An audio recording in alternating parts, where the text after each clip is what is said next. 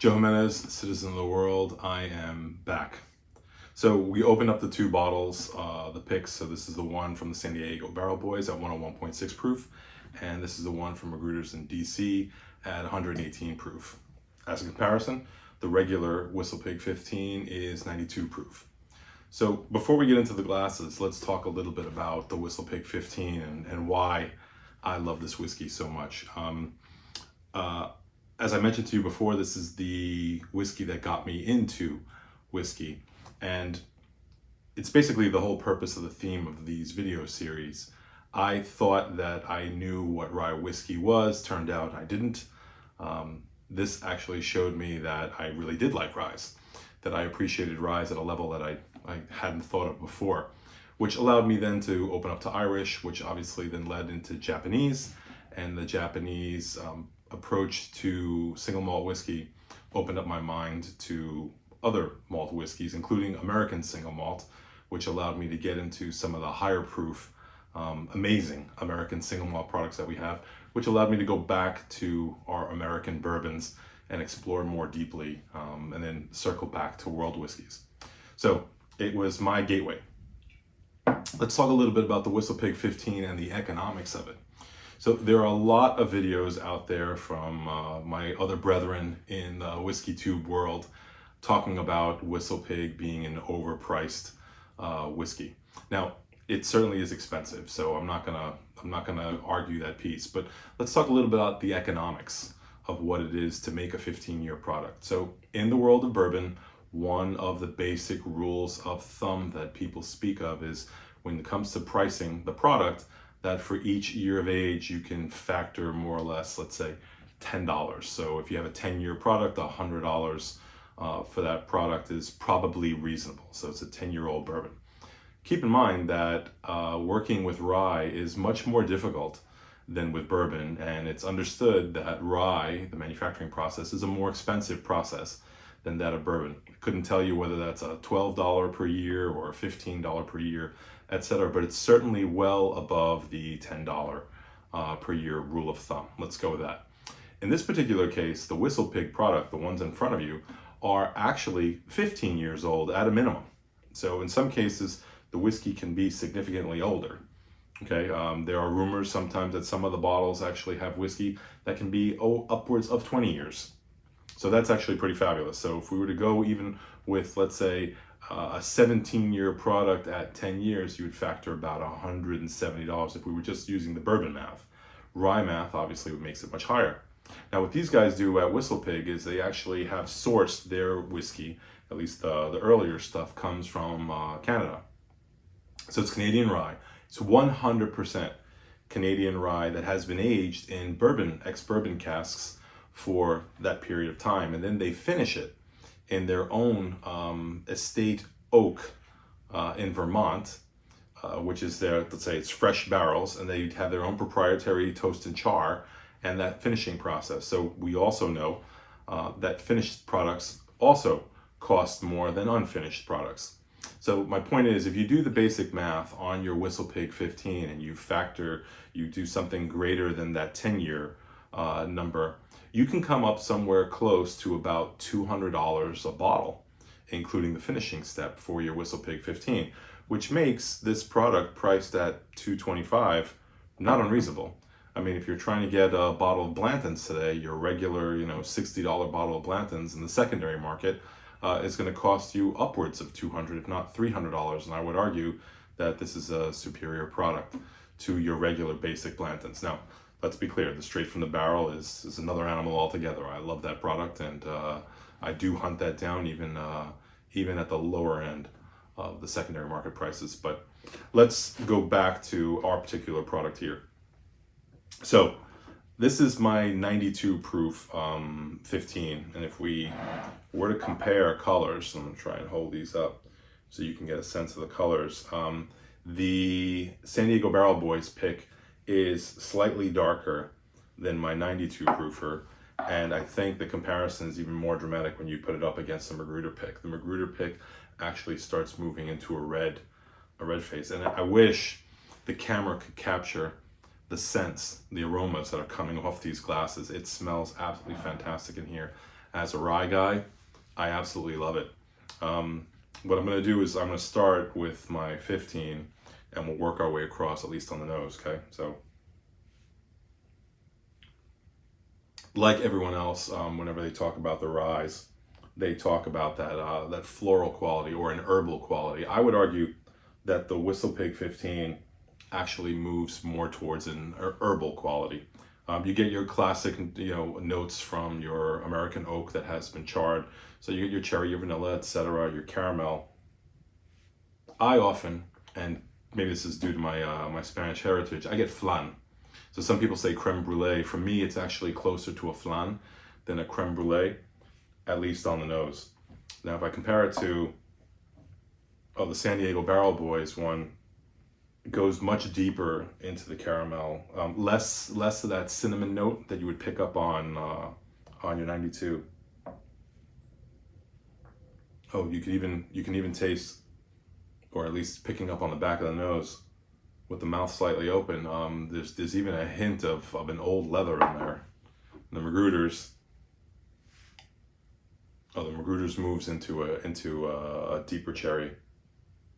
Almost a medicinal cherry. This is gonna be fantastic. Yeah, when I think of the spice notes on it, I would say that it's cinnamon, cloves, maybe a touch of cardamom, and then obviously it's a Whistlepig rye, so you're gonna get your tea notes, etc. So let's put it on the palate and get a sense of what each of these are.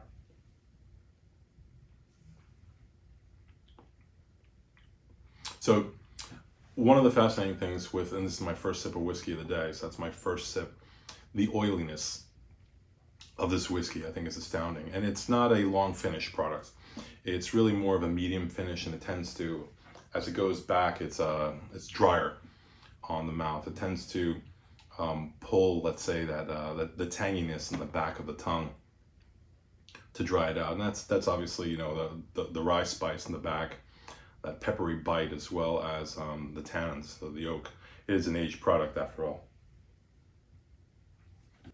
The nose, and this is also one of the beautiful things about this product, is the nose on the Whistlepig products actually carries through onto the palate. So there's really no surprise in there, except maybe what I tend to get off this particular bottle is I always get, by the second or third sip, all the way in the back of the mouth, a cocoa. So I'm gonna jump now to the San Diego Barrel Boys. This is a beautiful nose. So without faulting my fifth bottle of the Whistlepig 15, this has a more beautiful nose. There's a richer caramel.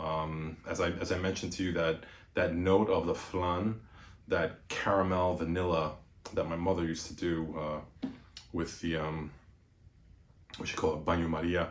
So you actually you have boiling water in a pot, and then you have the dish with the mixture that's going to become your flan on top, and it becomes caramelized. So that caramelization of the sugars is fantastic. Mm. Okay,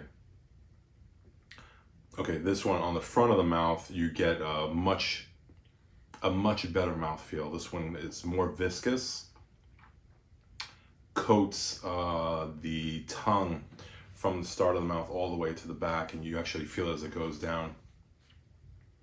I can feel it, and I know in this particular case it wouldn't be a Kentucky hug, but let's call it a Canadian squeeze, or maybe more like a check from a hockey player.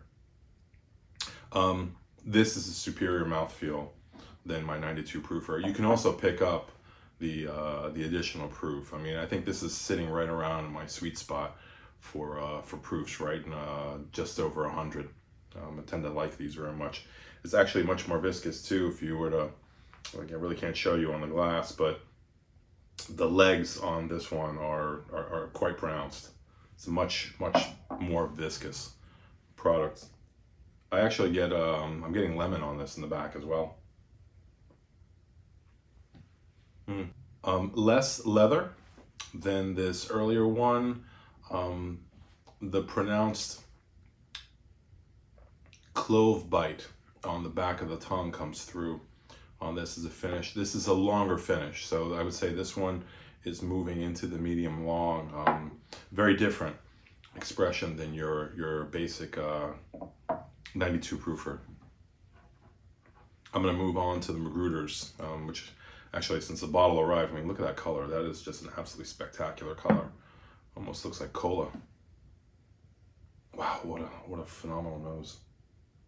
So different than this one. As I mentioned, this one reminds me more of a flan. So this obviously much more pronounced caramel, moving towards maybe not quite molasses, but caramelized sugar. So that caramelized sugar, as well as a thick vanilla coating. So not a sharp vanilla coating, more syrupy, moving towards that extract. This, however, moves into cherry. This has got a gorgeous, gorgeous cherry note on it.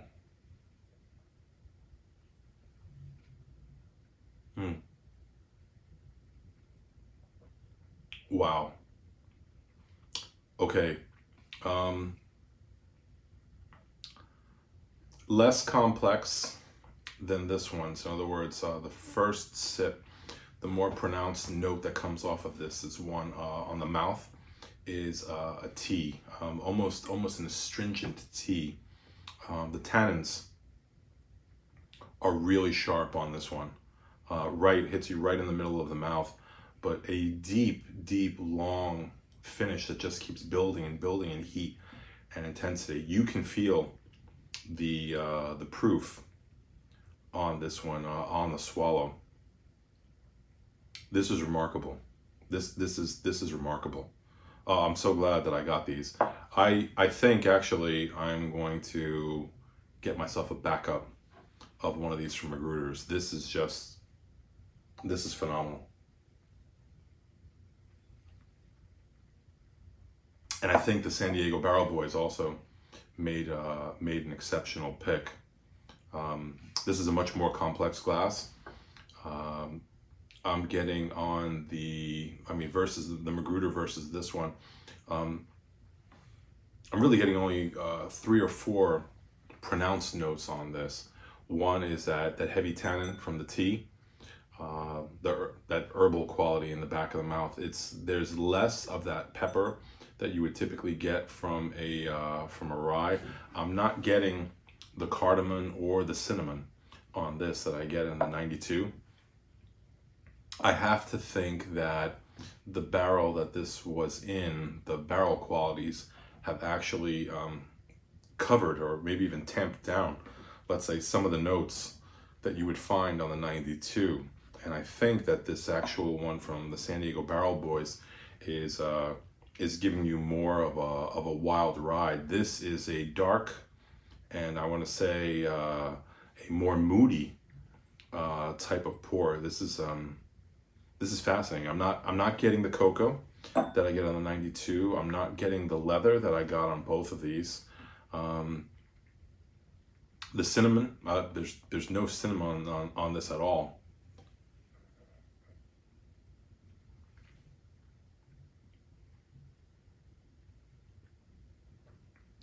Actually, I mean, if there's a note that I'm getting, it could be cola, which I don't think I've ever gotten on any of the Whistlepig Ryes. This has been absolutely fascinating for me to be able to compare these 3 bottles together. I mean, what I'd like to do, I wish you could stay on camera with me as I go through the rest of these pours, but this is remarkable. What I'm going to do is I'm going to bust out my notebook and I'm going to start taking notes on this, and we're going to have to come back and visit this again on another day. And I would love to put this up against my my Boss Hog. I think this is a really remarkable pour. This one has an intensity of flavor that is really unexpected and unusual. And I know it sounds contradictory that I keep saying this one seems to have the more complex. This comes across as much thinner a pour than this one. However, you're getting more notes on the San Diego Barrel Boys pick than on this other one. I'm going to try this actually later on with a little bit of water and see what might open up in there. guess that if I add a drop or two of water to this glass, I'm going to find that cocoa. And it might not actually come out as cocoa. It might come back as more of a bitter chocolate, which wouldn't surprise me given the heavy tea notes that are on this. So anyway, one of the fascinating things, and again, when we talk about whiskey, when you come to my channel, it's not really about getting whiskey notes. It's really about getting the appreciation for what's in your glass and marveling at that art and science that went into making this particular product. So if you like this content, obviously subscribe, hit the like button, put comments on the bottom, tell me what I got wrong, tell me where you think I'm off base.